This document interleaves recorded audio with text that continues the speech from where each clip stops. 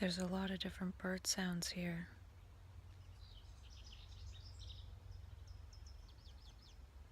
I remember when I first connected with that energy, or it first connected with me, the bird sounds seemed a lot louder. And I think it's because that energy increases one's sensitivity to nature and beauty, but then it also increases one's sensitivity to the noise of humanity. But in a way, it's a way for a human brain to have somewhat of a measure or compass of what to move away from and what to move towards. Move away from the noise of humanity somewhat and move towards the sound of nature and beauty as a measure of what's actually good and harmonious with our nervous system. So usually we have this thought compass, but all of a sudden we come in touch with this energy compass of something else, which just moves us away from things that the human body isn't naturally attuned to. It's unnaturally attuned to thought programs through conditioning, but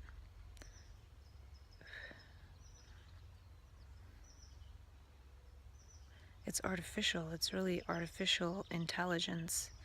It's artificial intellect, which has some functionality and helpfulness, but it's gone way beyond what it was meant to do.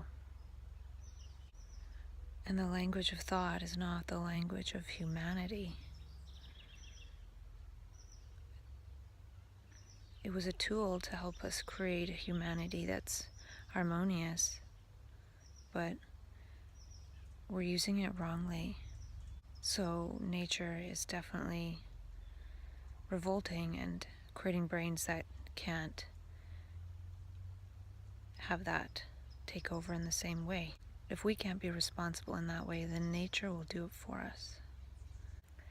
And today I was thinking about the commercialism involved in individuality. So individuality is an illusion that we don't feel on a daily basis. So on a daily basis we have our separatist lives and we accumulate things, and we have to be programmed to believe in the me because the me needs goods and needs success and needs a home and all these separate things. If we acted as a humanity together, we would create a different society and different structures altogether. So the economy relies on the me. It's the economy. And I wonder if we can create an econo-we. But I was thinking about how in map consciousness, a lot of times we decide, oh, we don't need this stuff, or give stuff away, or be super generous, or spend lots of money on something we think will help us create something good, or we just feel hyper abundant because we're connected with the source of the universe, the richness of the universe, which is more richness of perception and action, which could lead to wealth, but not necessarily. But we also have a timeless state where we feel we're already wealthy, past, present, future, all merge into one. And so I was just thinking about how it's often considered a sign of pathology to give away all this stuff. This is something a manic would do. Play in the sand with one's feet.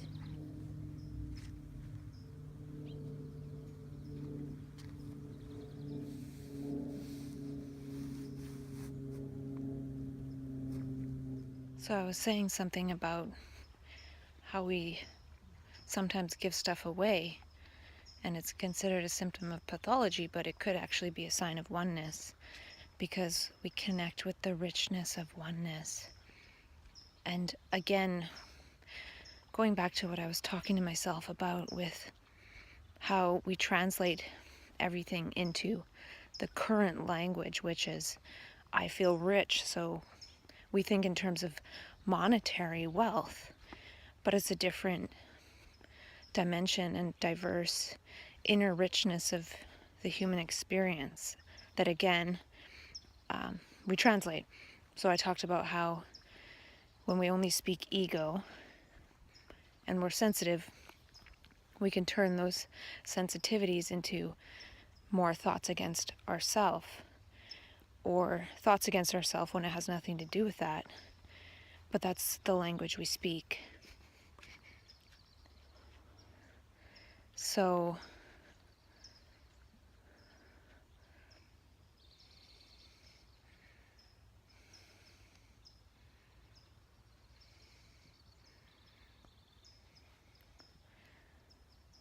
it's similar in that way, that we feel so abundant, but in life, abundance is mostly thought of in terms of material wealth.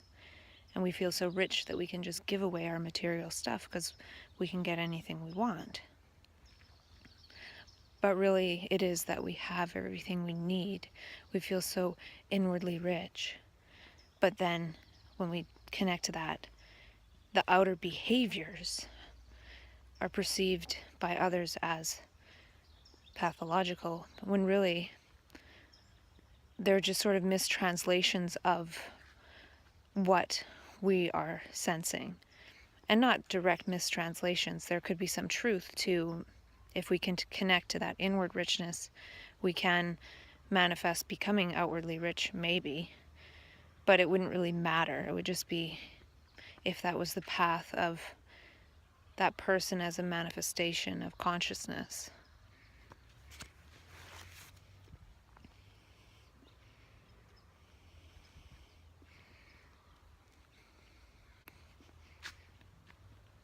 And we feel generous because we're rich in that energy, which can manifest in any rich experience as a human.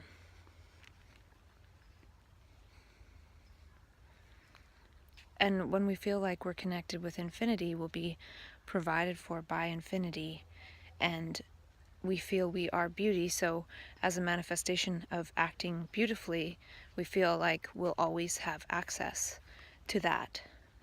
But when we fall out of that, maybe there's a lot of desperation in feeling like we've disconnected from the source of all life. So no wonder there's this period of depression. And we think when we're in that beautiful state that people will respond to us. But then we sort of see over a period of time that society eventually destroys beauty. It doesn't value it. And I wonder what compassion would do.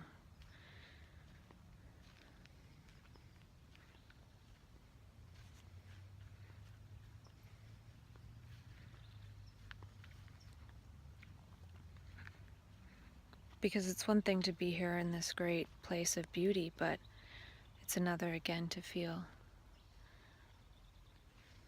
like there's suffering in the world, and something needs to happen to transform some of it.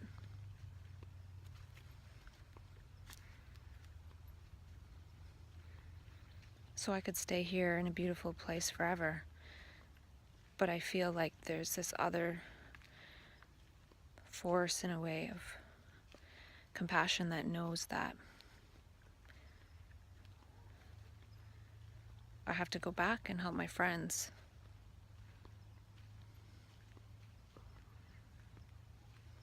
Or just be there and be non-judgmental and different things that I've had people be for me along the way. And I wouldn't have got to this place without that.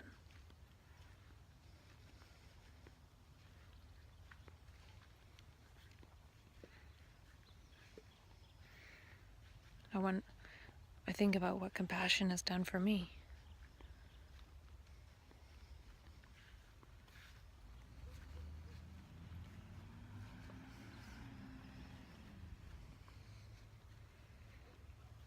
And I was thinking about the clowning and caring that Patch Adams talks about too, because laughter is an important element. And I feel like taking meds stops that perception of urgent danger. So one's again in the level of thought and they're sensitive, but medication dulls one out to that. So then one isn't seeing danger everywhere. It blurs one's perception, so we're not always reacting to the danger and making a fuss about it.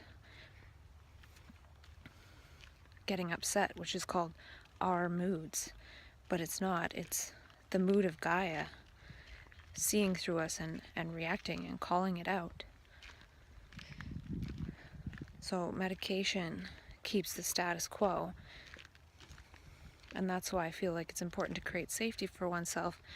But for me, it's also important to say that the status quo isn't okay. And the people that are not okay with the status quo are being medicated into being okay with the status quo. And it's not about the people, it's humanity, it's Gaia, it's the collective that's not okay with this. It's a voice beyond thought. The thought sphere is scary. It's poison. And the Gaia sphere is... So it's important not to get involved in thought. And thought is the me.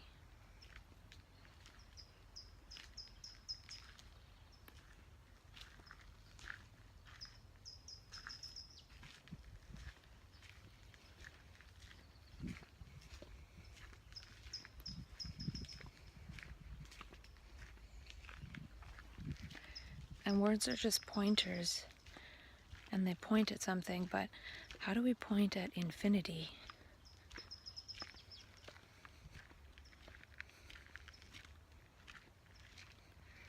And can words be streamers instead of pointers? Can they kind of wave at something? And the quantum world is more based on waves of possibility. So can we use words to be waves of possibility and not these divisive instruments? Can words be a flux and a flow and a stream?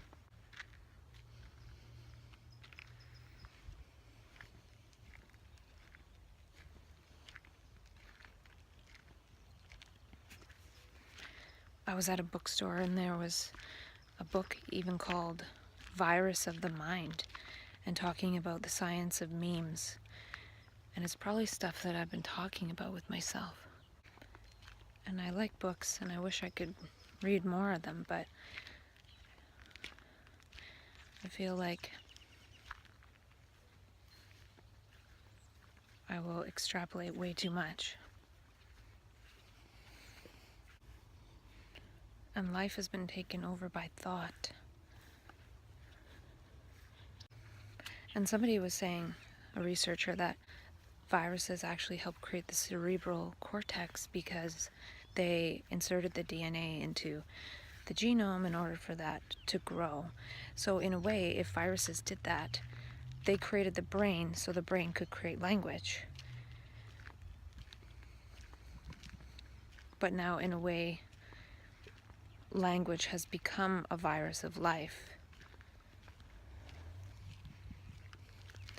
It could be used poetically, it could be used in harmonious ways, but it's not being used in that way. It's using us.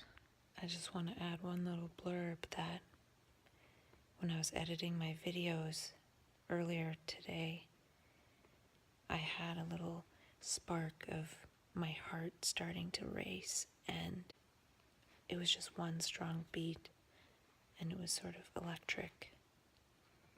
And then when it happened, I had this hologram released of a past life wanting to sort of come through, and it felt a little bit scary. And I was thinking to myself, oh, this is why I wasn't going to continue to do self-dialogue, because starting to freak myself out a little bit.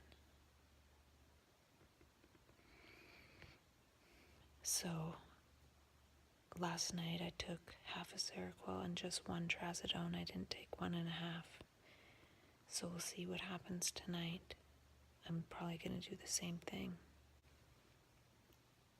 So maybe I will actually cool it on the self-dialogue.